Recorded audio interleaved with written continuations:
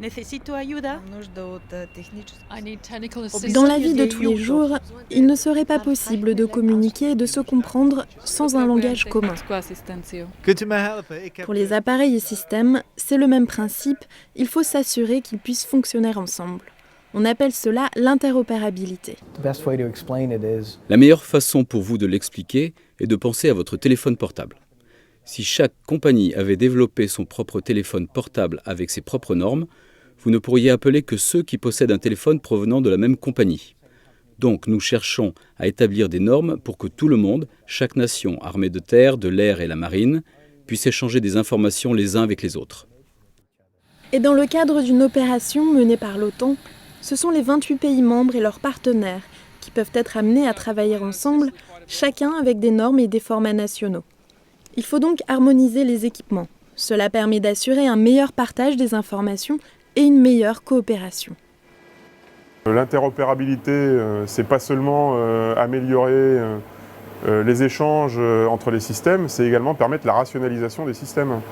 Si un drone français est capable de réaliser une mission au profit de l'ensemble des membres de la coalition, ça devient inutile que les autres membres envoient à leur tour des drones ou d'autres capteurs pour obtenir l'information.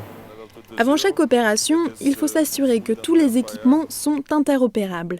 Les nations développent donc différents moyens pour tester leur conformité pendant des exercices afin d'être mieux préparées pour effectuer des opérations en coalition. Depuis 2009, l'Alliance propose une nouvelle capacité de test, le DNBL, une plateforme virtuelle sur laquelle les nations sont interconnectées et peuvent échanger des données, telles que de l'imagerie.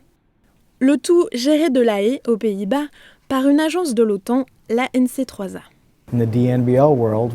Dans le monde du DNBL, nous pouvons organiser un test avec une personne ou une ou deux nations relativement vite. Pour faire le test, ni le personnel ni l'équipement ne nécessitent d'être déplacés à La Haye. Ils peuvent rester dans leur propre installation et ils se connectent via Internet. Nous sommes capables d'accomplir un test en 1 semaine, ce qui prendrait 2 ou 3 semaines s'ils devaient organiser le transport, installer l'équipement, faire le test, puis rentrer chez eux. Avec ce type de mécanisme, nous allons économiser du temps et des efforts. De plus, les connaissances acquises lors des tests individuels contribuent à améliorer la qualité des systèmes de l'OTAN, des systèmes nationaux et à perfectionner les normes OTAN, ce qui aura un impact sur le temps et les coûts également.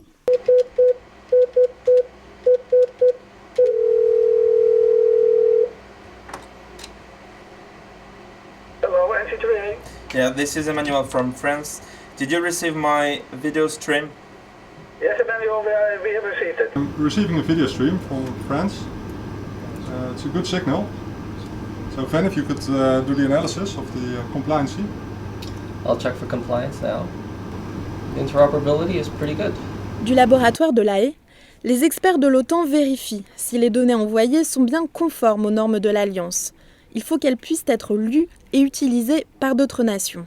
Ils analysent, entre autres, le format de compression des images. 9 nations font partie de la communauté DNBL, lancée en 2009. La France est l'une des premières à avoir rejoint le projet.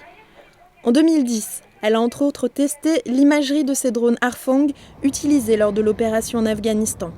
Les drones recueillant des informations stratégiques sur le théâtre d'opération. L'Harfang diffuse vers une station sol par une liaison radio dans un format qui est un format propriétaire, donc il y a un format français non reconnu de la communauté.